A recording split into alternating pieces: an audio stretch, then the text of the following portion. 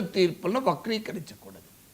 ఇక్కడ సుప్రీంకోర్టు ఇచ్చిన సాల్వాజరం జడ్జిమెంట్లో నక్సలిజం గొప్పదని, నక్సలిజాన్ని సమర్థిస్తూ ఆ జడ్జిమెంట్లో ఉందా?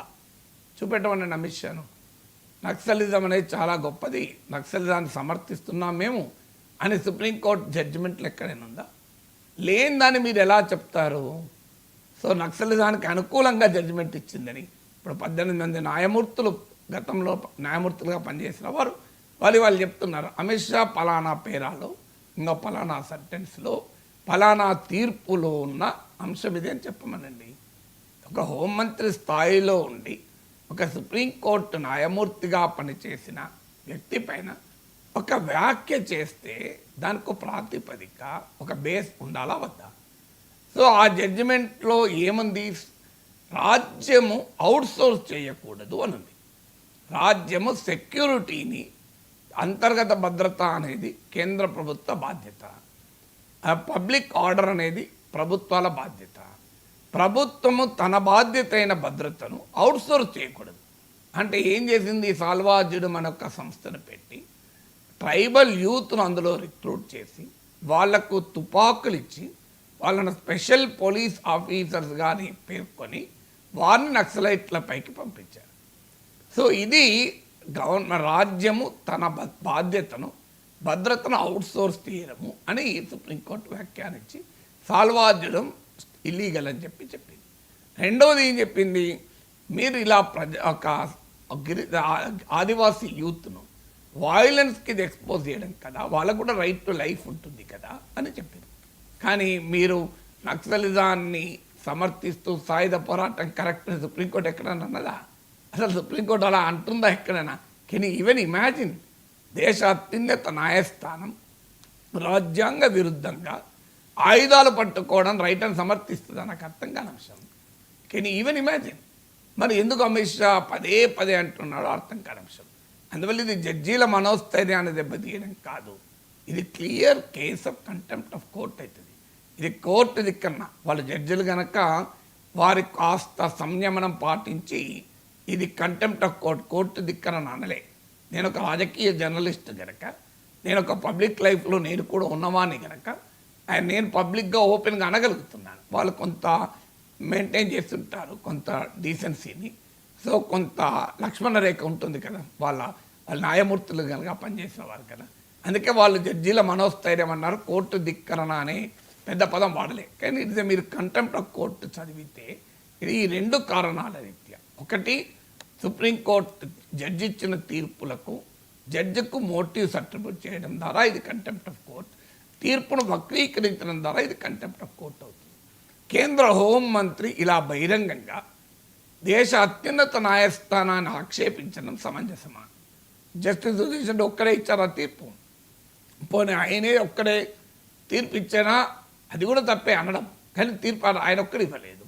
సో ఇన్నేళ్ల తర్వాత పోనీయండి, దానిపైన 11 ఏళ్ళైంది కదా మోడీ ప్రభుత్వం వచ్చి. ఇది సాల్వాజడం తీర్పును ప్రశ్నిస్తూ 2011లో కదా సుదర్శన్ రిటైర్ అయింది, అంతకు ముందు కదా ఇచ్చిన తీర్పు. దీన్ని రివ్యూ చేయమని ఎందుకు కోర్టుకు పోలే? ఇప్పుడు 11 ఏళ్ళుగా మీరే అధికారంలో ఉన్నారు. ఈ సాల్వాజడం తీర్పును సవాల్ చేస్తూ ఎందుకు కోర్టుకు పోలేదు? దీనికి ఆన్సర్ ఉండాలి కదా. ఇక మీరు అడిగిన క్వశ్చన్ రాజకీయంగా ఎన్నికల లాంఛనమే. క్లియర్గా ఎన్డీఏకు మెజారిటీ ఉంది.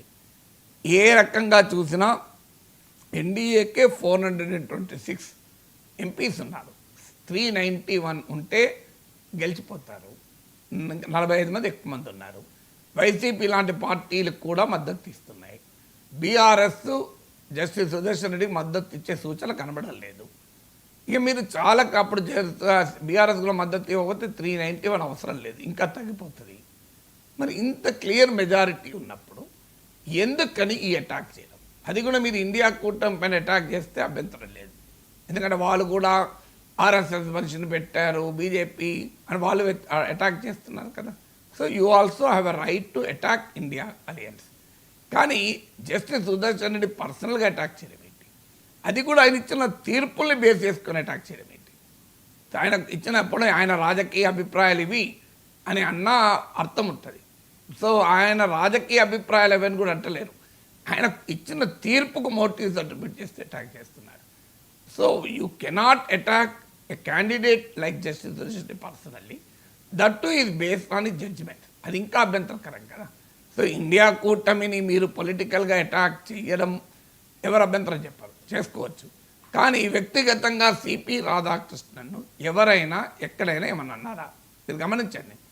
అసలు ఈ ఎన్నిక జస్టిస్ సుదర్శన్ రెడ్డి అభ్యర్థి అయిన మరుక్షణం ఆయన అన్నది ఏంటి, నేను ఈ ఎన్నిక ప్రచారంలో చాలా హుందాగా జరుపుతాను, వ్యక్తిగతంగా ఏమీ అనను, సిపి రాధాకృష్ణ అంటే కూడా నాకు చాలా గౌరవము, ఇది వ్యక్తిగతంగా నా క్యాంపెయిన్ ఉండదు, కేవలం రాజ్యాంగము రాజ్యాంగ విలువల చుట్టూ మాత్రమే నా క్యాంపెయిన్ ఉంటుంది అని జస్టిస్ సుదర్శన్ అనడమే కాకుండా దానికి కట్టుబడి కూడా ఉన్నాడు. ఇప్పటి వరకు ఆయన సిపి రాధాకృష్ణన్పై కానీ బీజేపీపై కానీ ఈవెన్ ఎలాంటి అభ్యంతరకరమైన వ్యాఖ్యలు చేయలేదు. మరి జస్టిస్ సుదర్శన్ రెడ్డి అంత డీసెంట్గా ఎలక్షన్ క్యాంపెయిన్ చేస్తుంటే కేంద్ర హోంమంత్రి అమిత్ షా నుంచి మనం ఈక్వల్లీ స్టాండర్డ్ లెవెల్లో క్యాంపెయిన్ ఆశిస్తామా లేదా? మరి ఆయన ఎందుకని వ్యక్తిగతంగా జస్టిస్ సుదర్శన్ టార్గెట్ చేయడమే కాకుండా ఆయన తీర్పుల ఆధారంగా టార్గెట్ చేస్తున్నాడు? ఆన్సర్ చెప్పాలి కదా. దీనికి లక్ష్యం ఏంటి అంటే, భారతీయ జనతా పార్టీకి ఉన్న యొక్క స్వభావం ఏంటి అంటే, ఎవరైనా నీవు ముస్లిం అనుకో, ప్రభుత్వాన్ని ప్రశ్నిస్తే నువ్వు వెంటనే పాకిస్తాన్ ఏజెంట్ అంటారు. నువ్వు లెఫ్ట్ అనుకో, ప్రభుత్వాన్ని ప్రశ్నిస్తే వెంటనే నువ్వు చైనా ఏజెంట్ అంటారు. లేదు నీవు అర్బన్ నక్సలైట్ ఎవరైనా ప్రభుత్వాన్ని ప్రశ్నిస్తే, లిబరల్ ప్రశ్నిస్తే వాళ్ళని అర్బన్ నక్సలైట్ అంటారు. సో ఇలా లేదు ఇంకెవరైనా సామాన్య వ్యక్తి ప్రశ్నించినా నువ్వు హిందూ వ్యతిరేకి అంటారు. అందువల్ల బీజేపీని ప్రశ్నిస్తే యాంటీ హిందూ అవుతావు, యాంటీ నేషనల్ అవుతావు, పాకిస్తాన్ ఏజెంట్ అవుతావు, చైనా ఏజెంట్ అవుతావు, అర్బన్ నక్సలైట్ అవుతావు. సో అందువల్ల ఇవాళ ఇండియా కూటమి మొత్తాన్ని అర్బన్ నక్సలైట్గా అభివర్ణించటానికి చేస్తున్న ఎత్తుగడ. సో ఇది దేశ ప్రతిపక్షాన్ని మొత్తాన్ని అవమానించడం. సో అసలు నక్సల్ సానుభూతి పరుని ఇండియా కూటమి ఎందుకు అభ్యర్థిగా పెడుతుంది? ఇలా ఇండియా కూటమి అభ్యర్థిగా పెట్టడానికి నక్సల్ సానుభూతి పరుడు దొరుకుతాడా? అర్థం కాని అంశమే. అయినా కాంగ్రెస్ పార్టీ నక్సలైట్లను ఉచ్చకొత్త కోయలేదా? కాంగ్రెస్ పార్టీ ఎంతమంది నక్సలైట్ల ఎన్కౌంటర్లలో ఫేక్ ఎన్కౌంటర్లు చెప్పలేదు. మీకు వరవరరావు పైన సికింద్రాబాద్ కుట్ర కేసు లాంటి కేసులు పెట్టింది కాంగ్రెస్ ప్రభుత్వం కాదా? అంటే కాంగ్రెస్ పార్టీ ఏమైనా ఎక్కడైనా నక్సలైట్లకు అనుకూలంగా వివరించిందా? అసలు politically doesn't make any sense కదా. మరి ఎందుకు అంటున్నాడు అంటే, నేను మొదట్లో కూడా చెప్పాను, బీజేపీ నర్వస్ ఎక్కడవుతుంది? పొలిటికల్గా క్లియర్గా తమకు మెజారిటీ ఉంది, కానీ నర్వస్ ఎక్కడవుతుంది